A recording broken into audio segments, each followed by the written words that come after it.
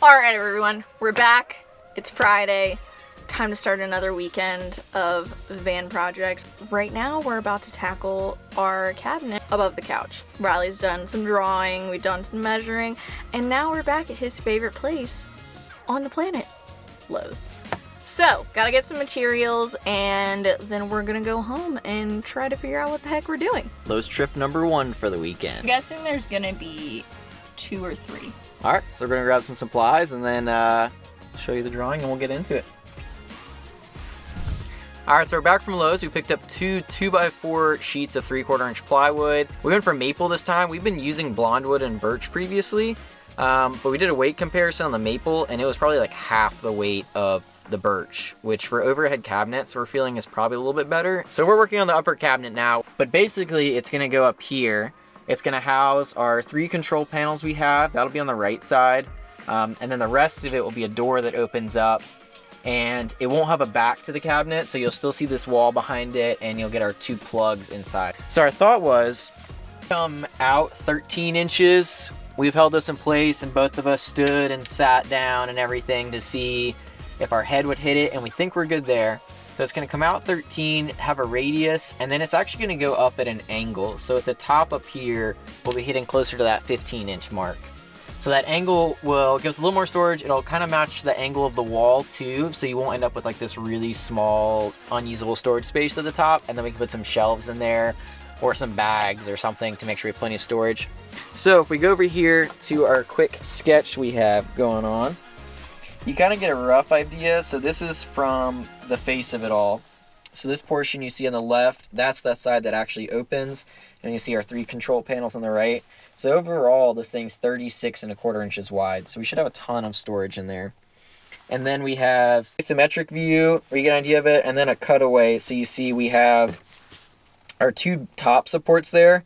So this one's going to bolt into the ceiling supports. This one bolts into some riv nuts we have on the wall. And then you have your bottom, the actual shelf. It'll have a lip on the inside on the front so everything doesn't fly out when we open the door. And a small lip on the back so we can bolt through into the wall panel as well. And the door should actually open. And then we have a little recessed track at the top. We're going to try to put an LED strip in there. And the idea is actually it'll shine outside of the cabinet, but then this piece we have drawn in won't be there. So it'll actually shine inside the cabinet as well. So hopefully that'll illuminate the inside when we're trying to find all our stuff in there. That's the plan. There's a lot of weird contours that we have to match. We're going to do some scribing. So we're going to do some rough cuts and some plywood, and we'll see what we come up with. All right, we got our first scribe and cut done. It's for the back wall, and hopefully it matches up, and then we can do the top wall. Let's see how we did. That looks really good. So we're gonna have to bring it up some. We want the bottom of this to be just above this row of bolts here. Now we're just gonna scribe the top, and then we'll go cut that, and then we can see what our measurement is here on the bottom, and then we can trim this to length.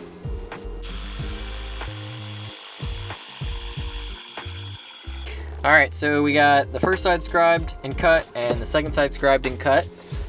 So this is what we're working with. Overall, pretty good fit. We're both pretty happy with this. So we're gonna put a radius on this bottom corner, just so it kind of breaks it up. We don't have a sharp edge we can bang our heads into. And keep in mind, these are just the end plates that are a little larger. So the actual shelf is gonna sit up about 1/2 inch to 3/4 of an inch up here, and that'll go all the way across.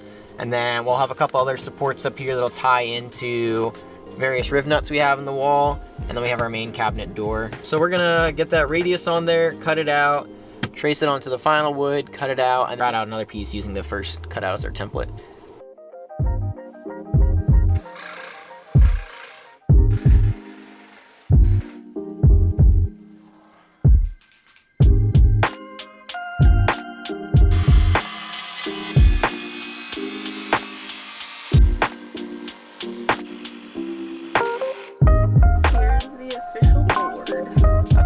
We still have to put a radius on there, and then we're good to go.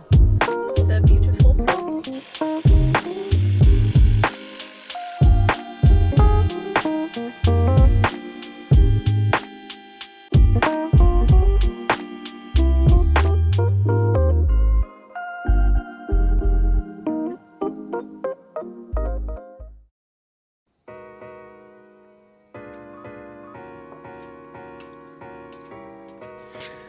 Morning, guys. Saturday morning. Maggie's gotta do some stuff at home, so she's gonna be here a little later. In the meantime, I'm gonna get to work on the cabinet. So, about to throw in a book and get to it.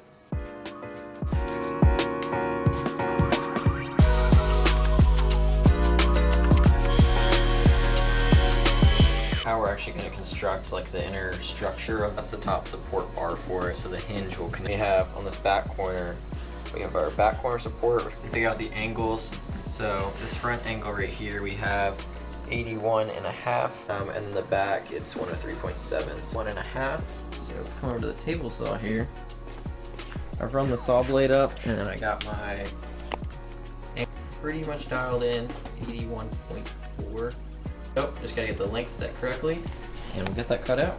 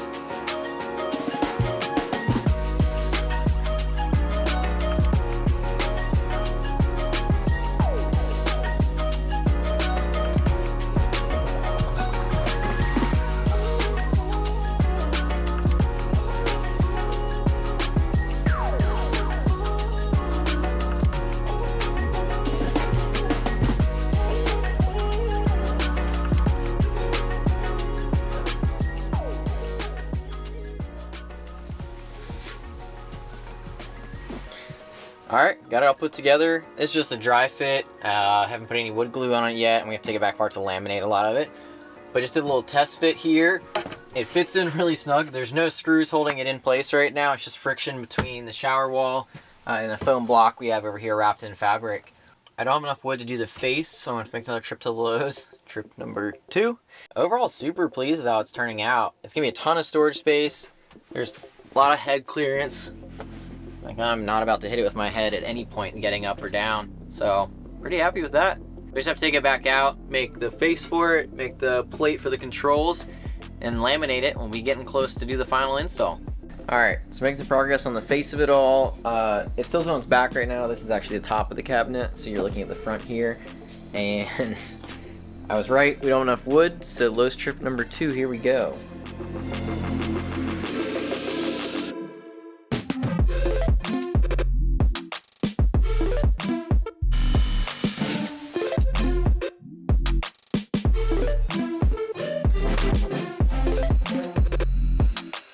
We got the cabinet door mounted up. We got 3 hinges up top, strut on the side, and that holds it up no problem. Not with a lot of force, but a little bit, and it holds itself, and then it'll drop. So I need to adjust that. I think you can change it so it won't just slam shut like that. So there's our cabinet door, and then on this side, this panel is going to get mounted here, and it has all of our control panels, so what we previously had mounted on the same spot on the wall. So I'll have our battery monitor and our heat control and our S-Pod control, which does our lights and water pump and everything. We pulled all these out, which took a little bit of doing to get all the wires out. We're going to get them all mounted up on here. We'll get the holes cut for it at least, and then we can start laminating everything. Step on into the design studio here. Drawing up the panel for what will house all of our control panels here. I'm going to create a CNC program for this now and then send it over to the router, and then we'll do a little test fit on it, see how everything goes in there. Just making the router program for this right now, so you can see the tool paths here, and then we have our simulation here. Alright, so I got the router all set up. We have just a test piece in here right now because we're actually going to laminate the final one and then run the router program on it. That way everything lines up and looks nice.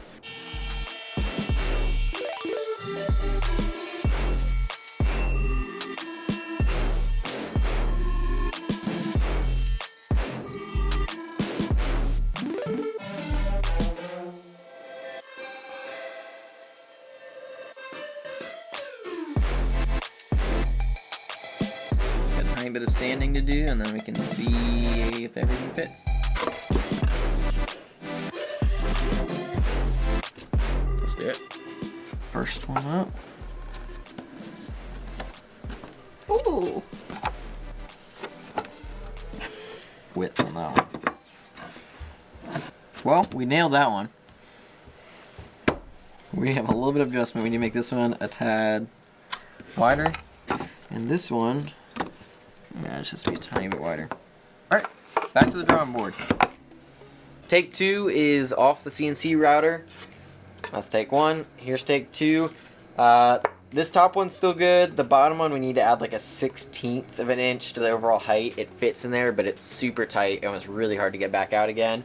And the bottom one's, the S-Pod here is pretty much spot on. You can see here, it just drops right in. We need to check to make sure our holes are actually on center because there's slightly more of a gap on the bottom than the top, but we can get that. But you can see it's flush up to the bottom of the chamfer there. So we're gonna make that adjustment and we'll get the new one cut out tomorrow for the final test fit, and then we'll be good to go ahead with the final version. So that's gonna be it for tonight. We'll pick this up in the morning with the new version and then get to laminating and everything.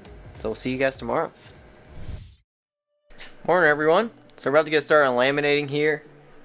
Previously we've used this contact adhesive where you roll on with a roller, and we've kind of had mixed results with it. So I've been reading up on the specs on the 3M90, like the spray adhesive, and they say you can use it on laminate and wood. So this is a little bit of an experiment, but we're gonna try it out. I did a test piece previously and it seems like it worked really well. So we're gonna give this a shot. We've used it in some other parts of the van, mostly with fabric, and it's worked really well. So I'm feeling pretty good about that one. And then we're gonna do some edge banding on all the edges of the wood. So we got some edge banding that's pretty close in color to our final laminate color there. And I had a test piece on that, and that seems to work really well. So we're gonna give that a shot. So we're gonna get into disassembling the box, and then we gotta laminate everything, put some edge banding on, put some rubber T-molding on some of the edges, route some things over, round over some edges, and then we should be able to assemble it and actually install it. So we're gonna get to it. Since I pre-assembled this whole thing before laminating it, it would make it really difficult after you laminate it. It covers all your holes, which is what I was gonna use to then align all the wood, get it all in the right spot again. So I've been trying to think of how I can get everything back where it was when I can't see the holes I had it mounted in before. So what I decided to do is I used a 1/16 drill bit, and I just drilled all the way through all of these holes. So everywhere on here where it's marked, where you can see all the different boards go, I just drilled through in those holes, and because they're pocket holes, the hole kind of goes at an angle, so I made sure I kind of matched the angle there. So that all pokes through the other side. So what I'm going to do then is I can laminate the inside face first, and then drill back through all these holes from the back side, which will show me the whole location where all the boards need to mount up. And then I can attach all the boards, and then I can laminate the outside, and because there's no boards sticking out on the side, I can still take that flush trim router bit, run around the outside, and get it all to match and line up. This is the first time I've tried this. It sounds like it should work, and I think it will, but I'll let you know, and we'll see how it goes.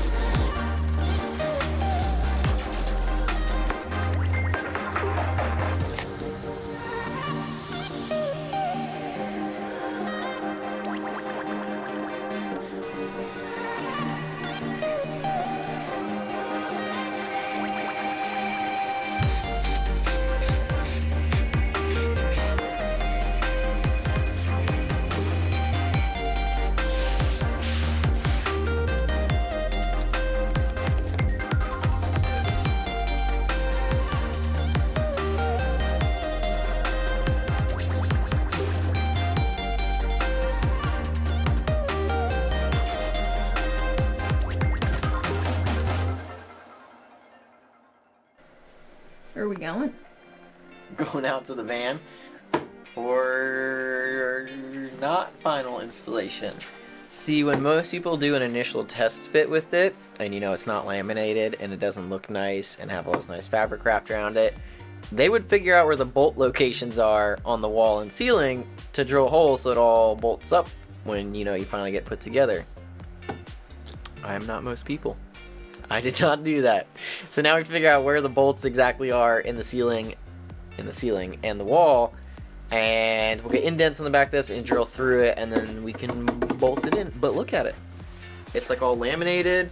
We got the control panel mounted on there, so we just gotta stick our different components in. The door works, it stays up. We got black fabric and all the edge trim and everything.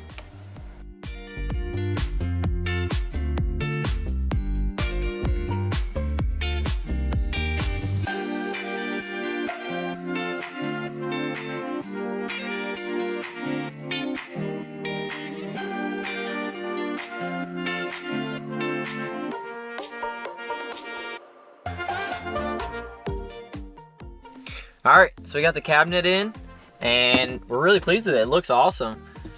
It all like matches up, looks nice and flush. We got all of our control panels in. So we got our battery monitor, our heater, and then our lights and everything else here, water pump. And that's all like nice and flush fit in there.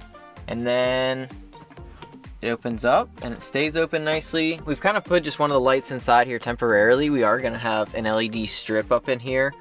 But we decided to wrap these back supports of the cabinet actually in the same fabric we used in the wall, so it all blends in. And I think it turned out really nicely. We've got it screwed up in the main support in the ceiling. We have a main bolt that goes up into one of the riv nuts in the ceiling, so that's nice and secure.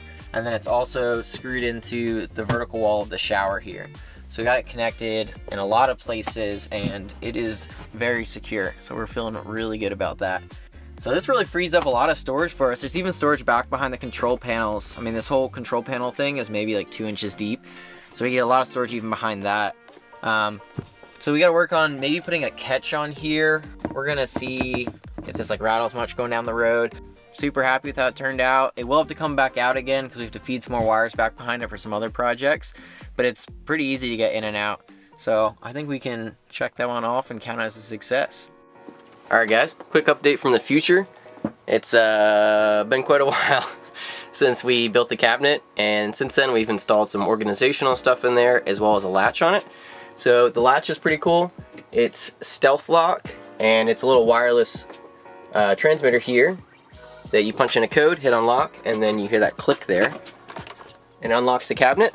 We've added lights to it, so we have lights on top here which illuminates the inside of the cabinet, and we have a light strip underneath as well. And then you see we've added organizational stuff within here, so we have 3 cubbies. These all just slide out. They're just standard little plastic Tupperware things we riveted a little pull tab onto. We got slots here. We can store an iPad and a computer, or 2 computers in there. So that just keeps everything nice and organized. Still have our charging ports over here. Added some brog bags on the side as well as up top for cables. And then on the other side, we used Trek packs. So we have dividers in here that allows us to keep our drone, all of our GoPro stuff, projector for the movie theater in the back, and a couple other little accessories tucked away in the corner here. We like to leave this area open so that we can still set stuff up here to plug in and charge. We have mounting points down here. We have an iPad holder so we can mount that up, and that acts as like our little TV in here essentially. So that's pretty much it for the cabinet. It's been holding up great. It's worked out really well. The organization's awesome. It's nice to have a place for everything. And that wraps up this project. We'll see you guys in the next one.